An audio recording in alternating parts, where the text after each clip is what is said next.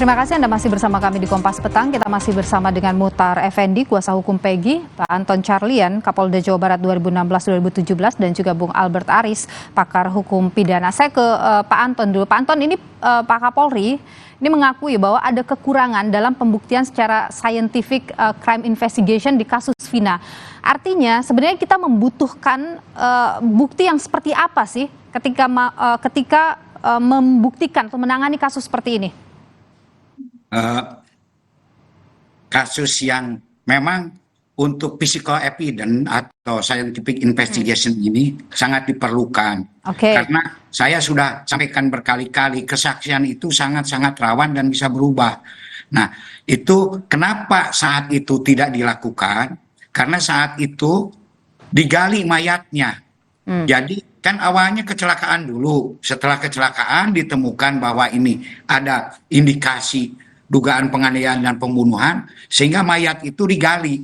Sehingga tidak pada saat itu juga dilakukan scientific investigation, seperti misalkan pemeriksaan darah tidak dilakukan, pemeriksaan DNA tidak dilakukan. Karena DNA itu pun juga ya saat itu sudah tidak bisa gitu kan. Nah, sekarang justru lebih dititik beratkan pada scientific investigation, dan kita pun juga dapat ya ada bocoran sekarang juga sedang dilakukan forensik. Salah satu forensiknya itu sedang menunggu hasil. Ya salah satunya itu dari HP atau WA baik di tahun 2016 maupun di tahun yang sekarang. Dan tadi mungkin saya sampaikan bahwa memang foto maupun yang lain-lain barang bukti itu sudah ada di putusan Mahkamah Agung ini. Oke, Pak Anton, maaf saya potong dulu.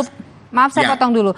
Ketika kemudian pada kasus pembunuhan ini disebutkan ada alat bukti yaitu berupa samurai yang digunakan untuk membunuh, nah itu menjadi penyebab kematian. Artinya ada samurai yang diamankan oleh polisi, artinya ada sidik jari yang sudah diperiksa begitu. Ini ada atau tidak sepanjang sepengetahuan Anda? Ada. Kenapa? Ini juga ada korelasinya dengan TKP ditemukannya kecelakaan. Ternyata di TKP itu berceceran darahnya itu banyak sekali. Kalau hanya retak kepala, itu tidak mungkin ada darah. Ini pasti ada luka tajam. Dan itu jadi sidik jarinya itu ada ya Pak Anton? Ya. Ada ya? Sidik jari itu? Ada. Oh, sidik jari saya belum bisa menemukan pasti kalau sidik jari. Cuman itu adalah alat yang digunakan untuk luka tajam itu sendiri. Karena ketika di TKP itu sendiri yang dianggap kecelakaan, kok kecelakaan darahnya itu sangat banyak berceceran. Kalau terkait dengan darah itu, apakah ditemukan misalnya dari proses saintifik ini ada darah yang diketahui bukan darah dari korban? Belum, justru tidak dilakukan itu. Karena saat itu tidak dilakukan forensik atau saintifik tersebut. Tetapi darah di jalan itu dan ada saksi banyak itu ditemukan. Artinya ada luka tusuk selain luka tumpul. Berarti kesalahannya di mana ya Pak Anton? Karena saya juga membaca hasil visum 2016 itu yang tidak disebutkan. Misalnya saya sebutkan ini ada luka dengan senjata tajam di dada kanan. Begitu bunyi di persidangan. Tetapi dari hasil visum yang pernah saya baca juga itu tidak ada di hasil visum itu di dada kanan itu tidak ada tertulis luka tusukan, tapi lebih kepada lecet dan memar gitu. Nah itu berarti ada kesalahan di mana itu Pak Anton ya kira-kira? Ya mungkin itu pun juga ada sedikit kekurangan. Memang seharusnya ada luka memar dan juga ada luka akibat tusukan. Seharusnya memang demikian gitu kan. Nah di sini pun juga, tapi walaupun demikian memang luka tusukan itu ada dan darah itu ada. Dan itu saat itu kenapa tidak diberikan misalkan penambahan karena sudah keburu P21. Karena biasanya Polri kalau sudah P21 itu artinya pekerjaannya sudah selesai, tidak perlu bukti-bukti yang lain, bahwa ini sudah cukup untuk masuk ke pengadilan. Baik. Bagaimana dari saat itu pun juga jaksa pun juga seharusnya memberikan petunjuk kepada penyidik. Loh kok kenapa ini ada barang bukti misalkan pisau, tetapi kenapa di visumnya itu tidak ada?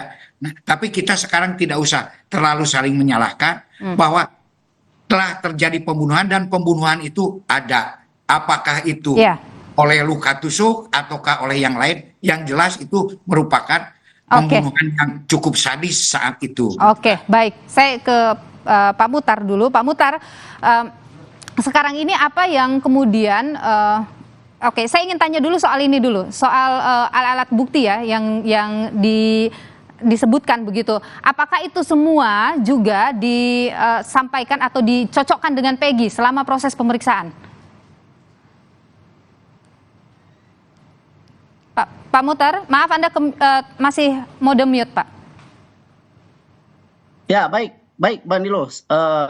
Sebelumnya izinkan saya menyampaikan dulu beberapa hal. Yang pertama, terkait dengan foto, ya, kami tidak menampilkan bahwa betul itu adalah foto Peggy Setiawan. Ya, kami tidak menampilkan itu, betul.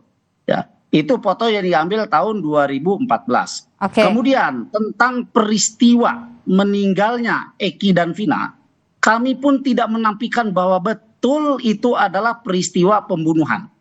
Nah, cuman pertanyaannya dari kami, ya, apakah Peggy klien kami yang melakukan tindak pembunuhan itu kan yang harus dibuktikan. Ya, itu yang kami minta itu dibuktikan. Bahkan mohon maaf, bahkan Kapolri sendiri menyampaikan, ya, bahwa bukti-bukti tentang peristiwa terjadinya pembunuhan Eki dan Vina tahun 2016 itu tidak didukung dengan hasil dari scientific crime investigation. Itu jelas kok Pak Kapolri menyatakan seperti itu. Baik, ya. Pak Muhtar, maaf saya tahan Anda di sana. Saya mau menanyakan ini, apakah kan ada bukti-bukti nih, alat-alat bukti ya, apakah dalam proses pemeriksaan Peggy, alat-alat bukti itu sudah dicocokkan dengan Peggy?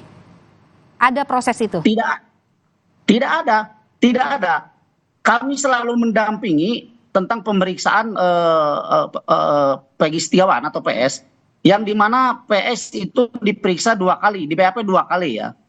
Jadi tidak ada alat bukti yang dimaksud tadi, ya, semacam samurai pendek, itu tidak ada yang dicocokkan atau diceritakan dalam berita acara pemeriksaan.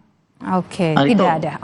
Baik. Ya. Bung Albert Haris, apa sih sebenarnya kalau kita bicara bukti ya, bukti apa yang bisa menguatkan penetapan tersangka seseorang ini bahwa dia itu tidak sesuai dengan prosedur sehingga bisa dibatalkan dengan pra peradilan?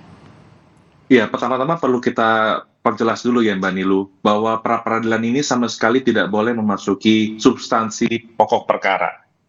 Yang diuji adalah formalitas penetapan tersangka. Apakah sudah ada minimum pembuktian, yaitu 2 alat bukti yang sah, bahwa penyidik nih sudah setelah melewati serangkaian proses penyidikan, mencari mengumpulkan bukti, membuat terang perkaranya, penyidik yakin nih sudah ada 2 alat bukti yang sah.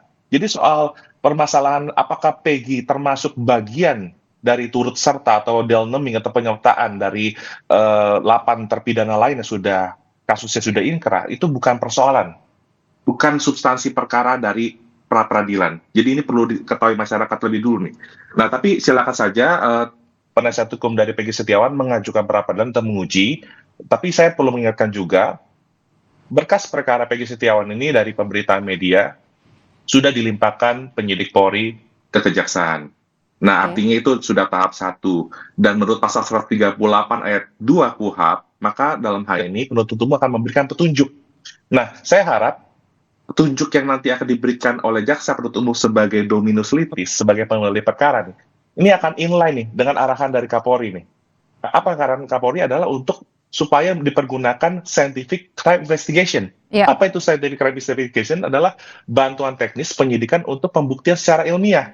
Jadi sekali lagi yang pertama, kita nggak mengejar pengakuan, kita mungkin nggak melihat lagi hal-hal yang sudah terjadi, kekurangan masa lalu, tapi diuji nih, apakah Peggy ini betul-betul merupakan bagian dari pelaku tersebut, atau justru sebaliknya Peggy ini menjadi pintu masuk untuk membuka kebenaran materi yang sesungguhnya dari perkara yang sudah inkrah van Luiste.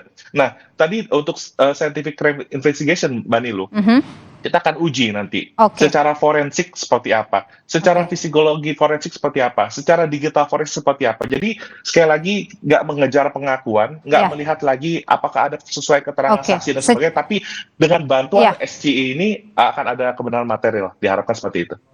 Secara ilmiah itu yang paling penting. Pak Muhtar, singkat saja, apa yang sudah disiapkan untuk menghadapi pra peradilan nanti? Segala sesuatu yang berhubungan dengan kepentingan hukum klien kami sudah kami siapkan dengan sematang-matangnya, kan itu. Sementara untuk mempersiapkan pembuktian dan alat bukti silahkan itu ada di kepolisian. Ini saya mohon izin menyampaikan saja, ini ada hal yang harus saya sampaikan yang sebelumnya belum pernah kita sampaikan. Nah, bahwa beberapa hari setelah klien kami ditangkap, itu ada seseorang yang meminta sidik jari kepada Peggy Setiawan atau PS di dalam tahanan. Ya, entah di dalam tahanan, entah di ruang pemeriksaan, yang jelas Peggy Setiawan menyampaikan seperti itu. Ada 4 lembar yang harus disidik jari. Ini biar terang ini. Jadi jangan sampai nanti ada hal-hal yang belum kami kemukakan, tiba-tiba hal tersebut muncul dan merugikan klien kami. Ya, ada 4 lembar. Lembar pertama ada tulisan Peggy Setiawan ... mayat. Ya. Kemudian lembar kedua kosong, lembar ketiga kosong, lembar keempat kosong. 4 lembarnya diminta dibubuhkan sidik jari oleh orang tersebut. Ya.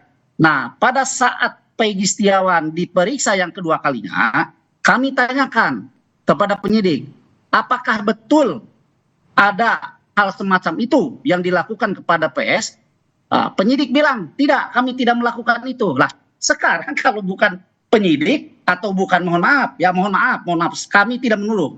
Kalau bukan internal kepolisian daerah Jawa Barat, terus siapa yang berani datang meminta cap jari daripada klien kami? Nah, karena berdasarkan prosedur, meminta cap jari itu oleh kepolisian, katakanlah oleh Inavis, katakanlah begitu. Itu pertama harus didampingi oleh Propam. Kedua, harus data diri daripada si pemilik sidik jari itu dituliskan. Dari mulai nama, tempat tanggal lahir, dan lain sebagainya. Yang ketiga, harus dibubuhkan tanda tangan. Nah, ini Peggy nyata-nyata dikasih kertas kosong. Tidak ada data diri. Ya. Nah, boleh saya satu lagi, Mbak? Boleh satu lagi? Singkat saja, Pak. Kita terbatas waktu. Singkat saja. Singkat saja. Untuk sidang pra peradilan yang perdana nanti tanggal 24 hari Senin, kami mohon dan sangat mengharapkan kerjasamanya daripada kepolisian daerah Jawa Barat untuk hadir. Untuk hadir, berkomitmen kita hadir. Karena mohon maaf, ini bukan pertandingan. Ya, ini adalah sarana untuk membuktikan bahwa kalau polisi merasa benar, silakan dibuktikan di pra peradilan. Terima kasih Pak Muhtar Effendi, kuasa hukum Peggy. Terima kasih juga Pak Anton Carlyan, Kapolda Jawa Barat 2016-2017, dan juga Bung Albert Aris, pakar hukum pidana, sudah berbagi pandangan di Kompas Petang. Saudara, kami masih akan hadirkan sejumlah informasi dan juga dialog menarik